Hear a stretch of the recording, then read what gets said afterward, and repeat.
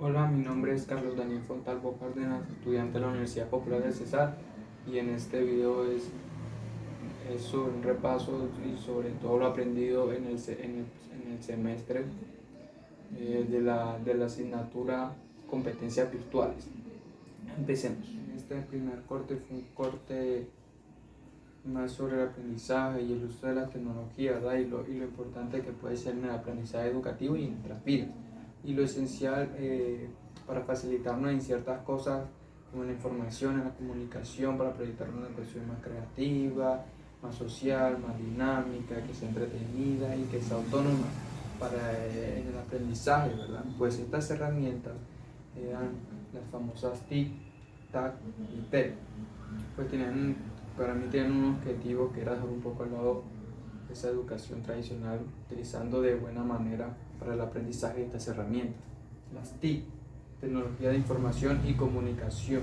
Pues esta sugería utilizar las redes sociales como herramientas para informar a nuestros amigos y así a los seguidores también sobre un tema de interés y comunicarlo con ellos a través de chat, de tweet, de estados, de textos, de videos, de imágenes, de mensajes de voz, etcétera, ¿verdad?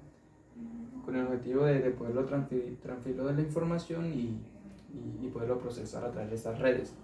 Las, las TAC, que es tecnología del aprendizaje y el conocimiento, pues esa es, como por decirlo así, hacen referencia a las TIC, son casi parecidas a las TIC, pero son herramientas más formativas, ¿verdad? Abriendo más a la educación, haciendo más eficiente ese modelo educativo actual, con un componente más metodológico que trata de reducirlo, haciéndolo una herramienta de uso más formativo en el aprendizaje pedagógico.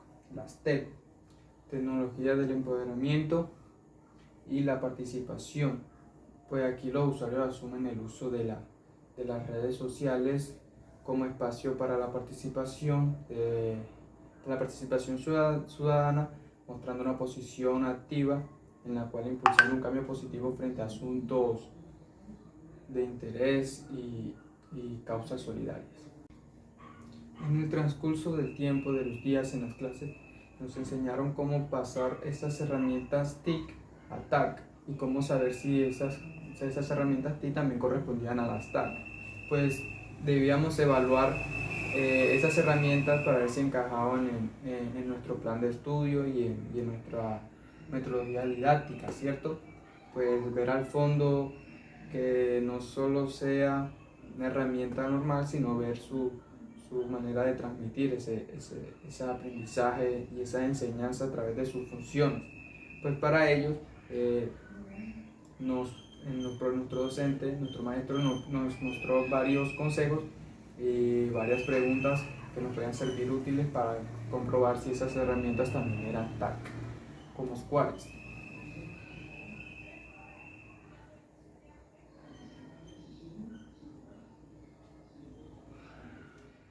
En este corte no solo hablamos de las TIC y las TAC, ¿cierto? Sino que también hablamos de las redes de aprendizaje Learning Network.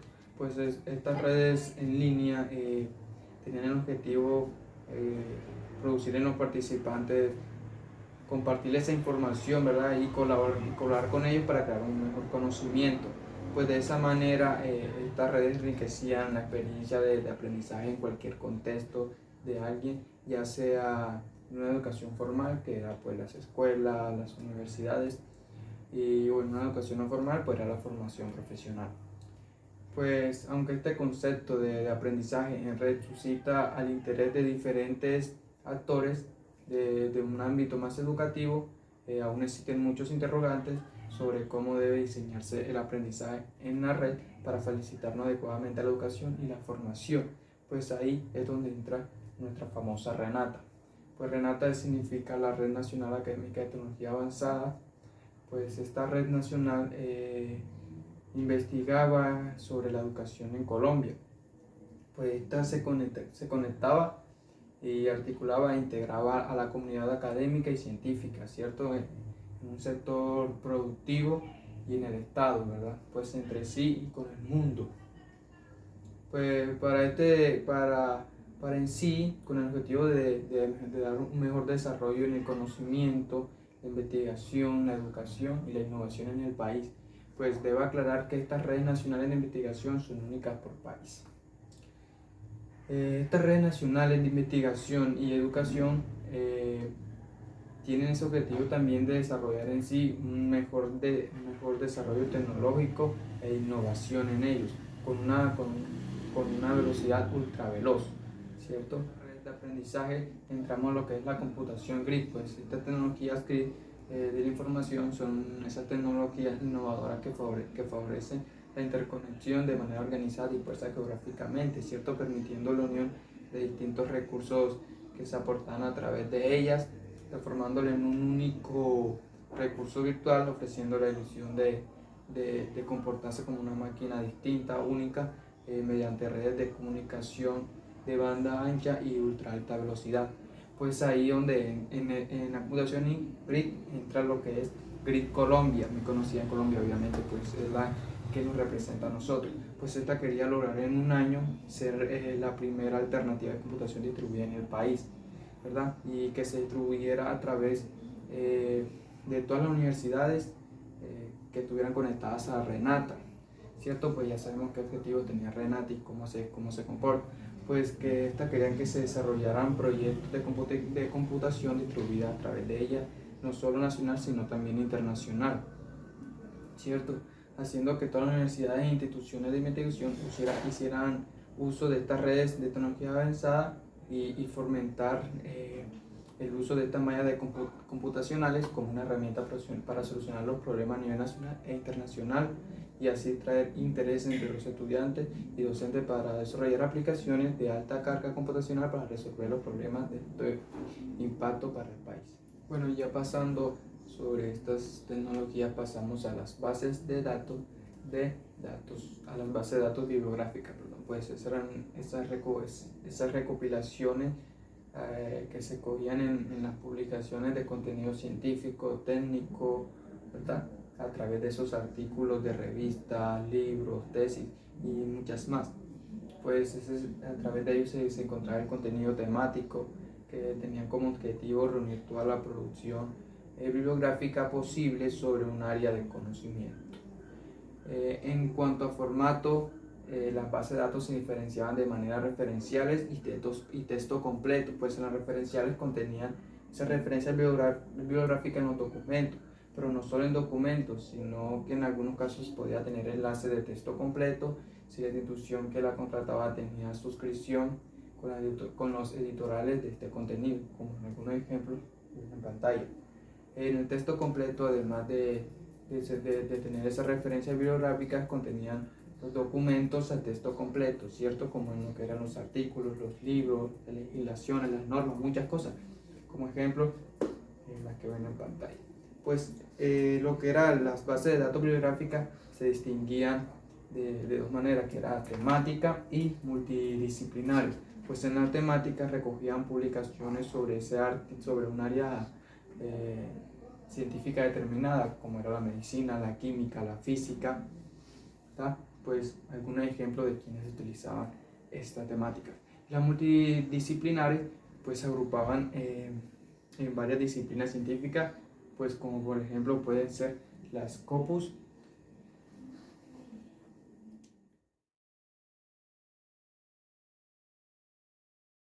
en el segundo corte se habla más sobre los fundamentos y las herramientas que se veían en las plataformas virtuales y en otros más temas, pues eran repartidos por todos nuestros compañeros y teníamos que explicarlo en nuestras clases. Empecemos con la plataforma virtual, pues son ese sistema que permitía la ejecución de diversas aplicaciones bajo ese mismo entorno, ¿verdad? Dando la posibilidad a los usuarios de acceder a ellas a través del internet, de manera educacional como en los programas, ¿verdad? Y también orientada en el software para el internet. Pues usaban para el diseño y el desarrollo de programas con un determinado fin a plantearlo, ¿verdad? Pues cuando se hablaban de software se referían a ese espacio diseñado donde podemos subir, descargar archivos, programas, documentos, como otras cosas. siendo estas una herramienta muy pedagógica y didáctica que aprovechaba todas esas capacidades para así proporcionar una efectividad en las herramientas del aprendizaje. La enseñanza virtual también era conocida como enseñanza en línea, pues hacía referencia a ese desarrollo de una dinámica de enseñanza-aprendizaje, pues se realizaba de forma virtual, o sea, con un formato de educación virtual, mejorando la dinámica de formación a los estudiantes y así ofrecerles un mayor apoyo a los docentes para el desarrollo y el seguimiento académico de los alumnos a cargo. Pues en esta enseñanza, donde los docentes y los estudiantes pueden interactuar de diferentes espacios diferentes al espacio presencial, ¿verdad? Como era el C-Learning, el M-Learning, el P-Learning, el U-Learning y el T-Learning, y el presencial TIC, impacto para el país. Todos los días en nuestras clases de competencia virtual tocó el tema de los roles que tenían los docentes en la enseñanza virtual. Como vemos, mostrar una breve imagen sobre los roles que tenían él.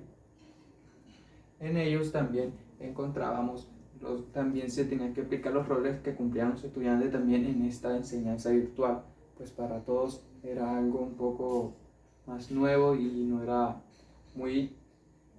no concordía con lo que teníamos normalmente. Las herramientas sincrónicas y asincrónicas. En la sincrónica pues eran aquellas en las que la interacción entre el emisor y el receptor se producía en tiempo real, pues los participantes estaban conectados en el mismo tiempo, como lo teníamos vivido nosotros diariamente. Pues estas herramientas se caracterizaban por dependiendo del lugar. Obviamente estas herramientas actualmente las que más se utilizan son el WhatsApp, el Zoom y el Meet. Pues a diferencia de la sincrónica, las herramientas asincrónicas eran esas en las que cada persona o grupo de personas podía interactuar con ese objetivo, con ese objeto de estudio que le entregaba con otras personas en distintos tiempos.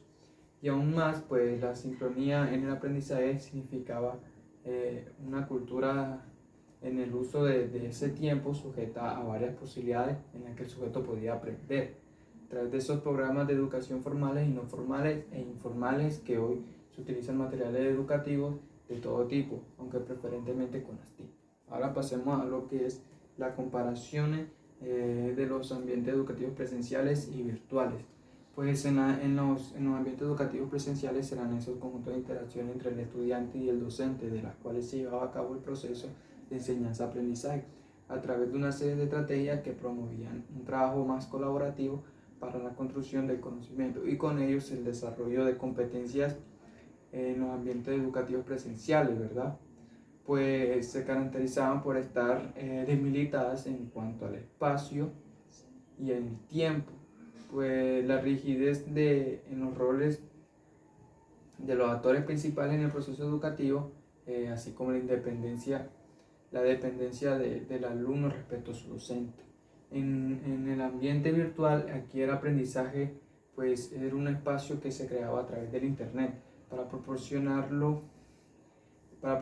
el intercambio de conocimiento entre instituciones educativas y el estudiante, a partir de plataformas que favorecían la interacción entre estos usuarios para realizar un proceso en el aprendizaje. Con esto finalizamos el segundo corte.